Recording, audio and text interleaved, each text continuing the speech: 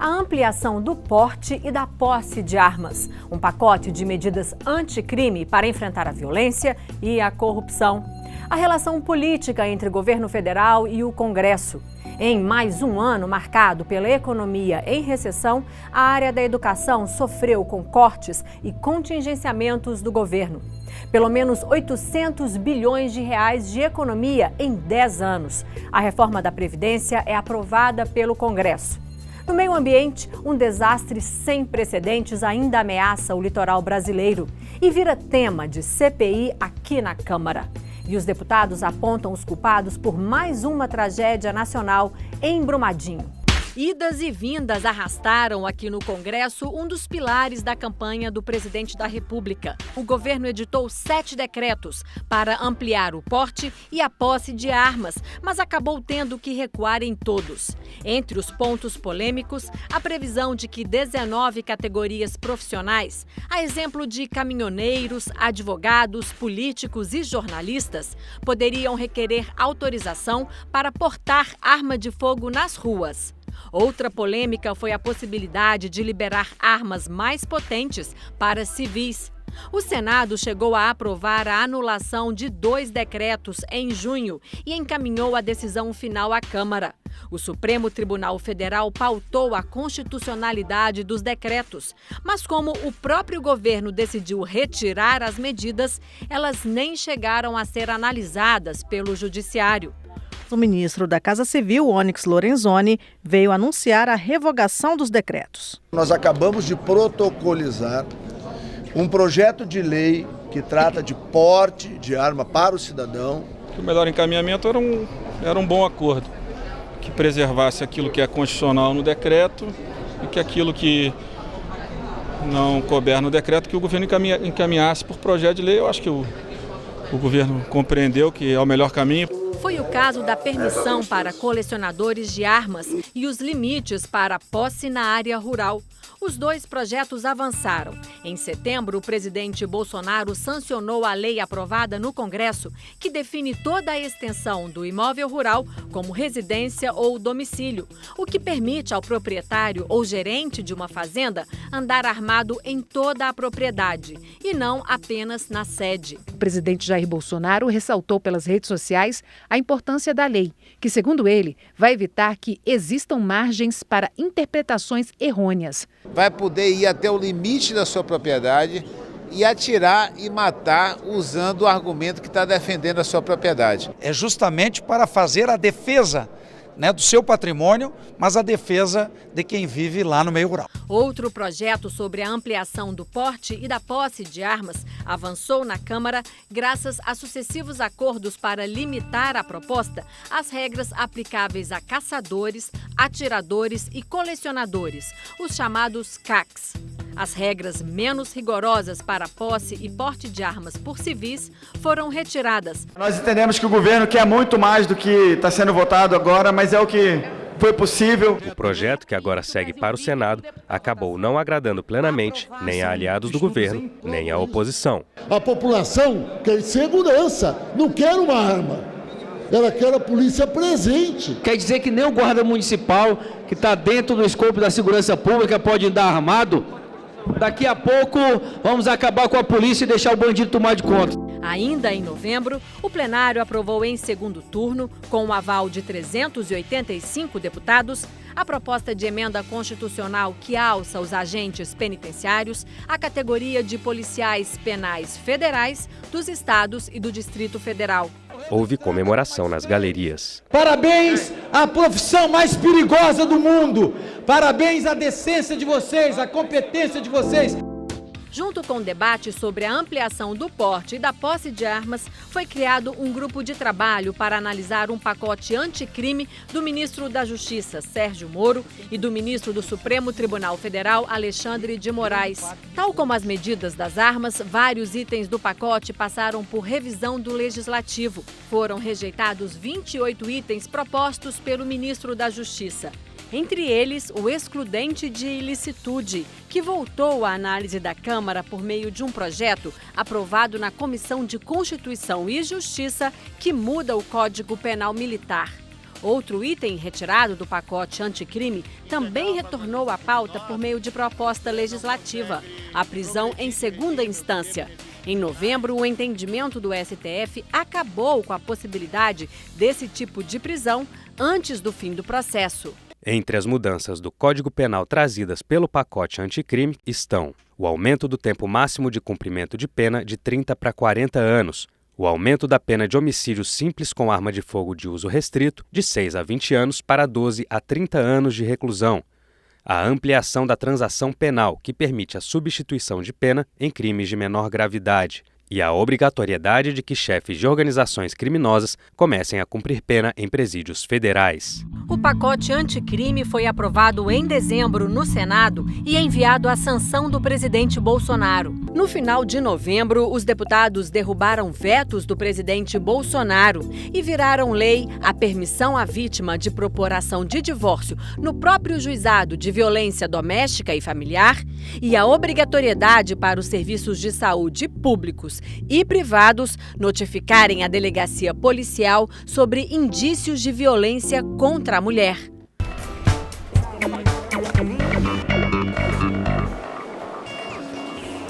É comum que em anos pré-eleitorais o Congresso Nacional discuta mudanças nas regras para o pleito do ano seguinte. Em 2019 não foi diferente. No último dia 18 de setembro, o plenário da Câmara aprovou um projeto de lei que vai impactar não só o financiamento das campanhas para prefeito e vereador em 2020, mas também o funcionamento dos partidos como um todo. Depois de o Congresso derrubar alguns vetos de Jair Bolsonaro à proposta de mini-reforma eleitoral, essas são as novidades trazidas pela nova legislação. Fica mantido o Fundo Público de Campanha ou Fundo Eleitoral, cujo valor total passa a ser definido pelo Congresso na Lei Orçamentária Anual. Para 2020, o montante ficou estabelecido em R$2 bilhões, conforme o inicialmente proposto pelo governo. O fundo partidário também sofreu alterações. Agora será permitido às legendas usar verba do fundo para pagar advogados e contadores em processos relacionados à disputa eleitoral, sem que o valor seja computado nas contas de campanha. O fundo também servirá para adquirir ou reformar sedes partidárias, comprar ou alugar imóveis, pagar passagens aéreas, inclusive de não filiados, e impulsionar conteúdos em redes sociais e sites de busca. O valor estabelecido para o fundo partidário no orçamento do ano que vem é de R$959 milhões. O prazo para prestação de contas de campanha foi estendido de 30 de abril para 30 de julho do ano posterior ao pleito. Em novembro, o Palácio do Planalto entregou ao Congresso medidas que retomariam o crescimento do país.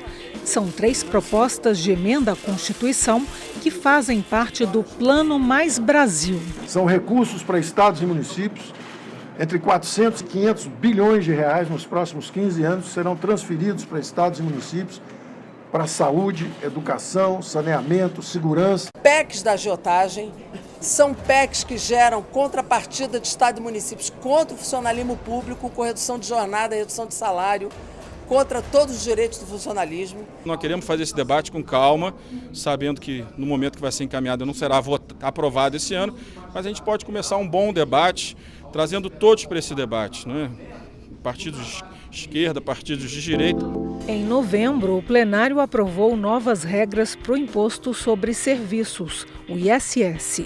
Agora, o imposto será recolhido na cidade, onde o serviço for prestado. Vai democratizar o dinheiro que é justo e necessário para todos os municípios do país. Fazer com que essa distribuição aconteça para todos os municípios e não concentrado como é hoje. Também em novembro, a Comissão de Constituição e Justiça aprovou o parecer favorável a uma proposta de emenda à Constituição com medidas para conter as despesas públicas. Criada pela Constituição de 88, a regra de ouro impede que o governo se endivide para pagar despesas correntes. E na última sessão legislativa, antes do recesso parlamentar, o Congresso aprovou a proposta orçamentária do governo para o ano que vem.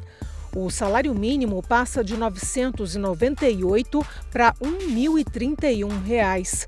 A previsão de inflação pelo IPCA no próximo ano é de 3,53%. E o crescimento do PIB, o Produto Interno Bruto, está estimado em 2,32%. O resultado primário, que inclui Tesouro, Previdência e Banco Central, soma déficit de 124 bilhões. Desde 2014, as contas públicas estão no vermelho. Descontado o pagamento dos juros da dívida, as despesas vêm superando as receitas ano a ano.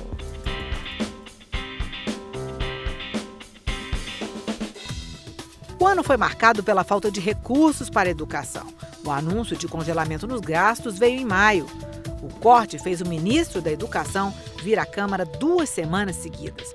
Na primeira, foi convocado pelos deputados para prestar esclarecimentos no plenário. No dia do professor, o plenário da Câmara se transformou em comissão geral para debater a situação das universidades públicas, dos institutos federais e do Conselho Nacional de Desenvolvimento Científico e Tecnológico, CNPq. Um documento assinado por 24 reitores em defesa das universidades federais foi levado ao plenário da Câmara. As comissões promoveram várias audiências sobre os cortes no orçamento da educação e a situação das bolsas e pesquisas do CNPq e CAPES, a coordenação de aperfeiçoamento de pessoal de nível superior. Como a gente ampliou muito a folha de pagamentos das universidades, a gente acabou engessando toda a estratégia de educação no Brasil. Não queremos cobrar dos alunos de graduação nas universidades federais, não é nosso projeto. Uma comissão especial da Câmara tenta aprovar uma proposta de emenda à Constituição para tornar permanente o Fundeb, o Fundo de Manutenção e Desenvolvimento da Educação Básica e de Valorização dos Profissionais da Educação. O Fundeb corresponde a mais de 60% do financiamento de toda a educação básica no país, mas deve ser extinto em 2020. Câmara e Senado articulam a aprovação de um mesmo texto nas duas casas o quanto antes. É essa proposta de emenda à Constituição que está em análise na comissão especial, a PEC. Todos nós, no Brasil, contamos com a competência, com o patriotismo e com o compromisso dos senhores de salvar o Brasil economicamente. E no primeiro desafio, a aprovação da constitucionalidade na CCJ da Câmara, ficou claro que esse caminho não ia ser fácil. Vocês estão há 4 mandatos no poder, por que não botaram imposto sobre dividendo? Por que deram benefício para bilionários? Por que deram dinheiro para a JBS? Vocês tiveram 18 anos, 18 anos no poder e não tiveram coragem de mudar. Com a pressão de partidos da oposição e até mesmo da própria base, o governo cedeu e algumas regras consideradas exageradas pelos parlamentares foram ficando pelo caminho. Ao lado do presidente do Congresso, senador Davi Alcolumbre, o presidente da Câmara, deputado Rodrigo Maia, assinou as mudanças no sistema de previdência social do Brasil. Mas vieram outras mudanças à emenda principal, com a aprovação da chamada PEC paralela em novembro. Ela determina que estados, Distrito Federal e municípios, por meio de lei ordinária, poderão adotar para os regimes próprios da Previdência as regras aplicáveis aos servidores federais. De acordo com o texto, eles vão poder adotar as mesmas regras previstas para a União, desde que as assembleias legislativas locais aprovem uma lei ordinária. Os municípios que não apresentarem uma reforma própria serão automaticamente incluídos nas normas estabelecidas pelos estados.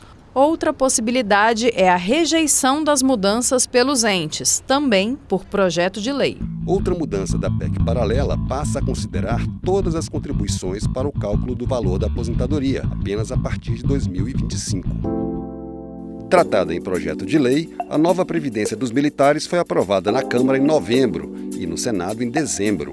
Mas a forma mais simples de tramitação não significou mais facilidade na aprovação. Mal havia começado 2019 e uma tragédia já marcava o país. O rompimento da barragem de rejeitos de Brumadinho, a 65 quilômetros de Belo Horizonte, em Minas Gerais. O resultado foi um dos maiores desastres do país. Mais de 250 pessoas mortas. A comissão foi instalada em abril e ouviu autoridades que investigam as causas da tragédia, técnicos do governo, funcionários e diretores da Vale do Rio Doce e da empresa alemã TUV Sud, responsável pelo laudo de estabilidade da barragem de Brumadinho. Ouviu também os sobreviventes da tragédia. Depois de 8 meses de investigação, o relator, deputado Rogério Correia, do PT de Minas Gerais, pediu ao Ministério Público o indiciamento da empresa Vale por crimes ambientais e também pediu o indiciamento de 17 funcionários da Vale e mais 5 funcionários da empresa alemã Tuvisud por homicídio doloso, lesão corporal dolosa e diversos crimes ambientais. A Amazônia brasileira foi um tema que dominou os debates em diversas reuniões de comissões e no plenário da Câmara dos Deputados em 2019. O plenário Ulisses Guimarães se transformou em uma comissão geral.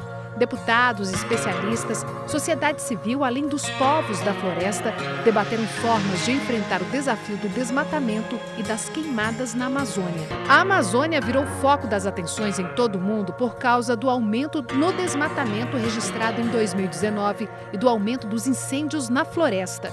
O INPE, Instituto Nacional de Pesquisas Espaciais, registrou a elevação das queimadas e do desmatamento na região. E as terras indígenas foram objeto de uma proposta de emenda à Constituição em 2019. A PEC, aprovada na Comissão de Constituição e Justiça da Câmara, permite o arrendamento de terras indígenas para exploração agropecuária. A proposta diz ainda que as comunidades indígenas podem, de forma direta, exercer atividades florestais em suas terras, com autonomia para a administração dos bens e a comercialização dos produtos. Para os deputados que são contra a proposta, não seria necessária uma mudança na Constituição para garantir aos índios a administração e comercialização dos seus produtos. Bastava mudanças em leis ordinárias para que eles pudessem ter acesso à inscrição estadual e empréstimos bancários, por exemplo. Mas a comissão especial dessa proposta de emenda à Constituição nem foi criada. O presidente da Câmara recebeu de ex-ministros do Meio Ambiente um documento que pede a suspensão da tramitação de todos os projetos que possam agravar a situação ambiental do país. Além da sinalização do presidente da Câmara de não votar projetos que prejudicam o meio ambiente, a Câmara, em 2019, aprovou proposta que incentiva a preservação. Os deputados aprovaram um projeto de lei que prevê pagamento por serviços ambientais. Pela proposta, produtores, indígenas, quilombolas e comunidades tradicionais que conservarem área de proteção ambiental vão receber incentivos financeiros. E no finalzinho dos trabalhos legislativos, a Câmara aprovou o aumento de pena para quem ferir cães e gatos. O projeto de lei foi enviado para o Senado. Se virar lei, a pena atual de detenção de 3 meses a 1 ano e multa vai aumentar para a pena de reclusão de 2 a 5 anos e multa para quem abusa, fere ou mutila cães e gatos.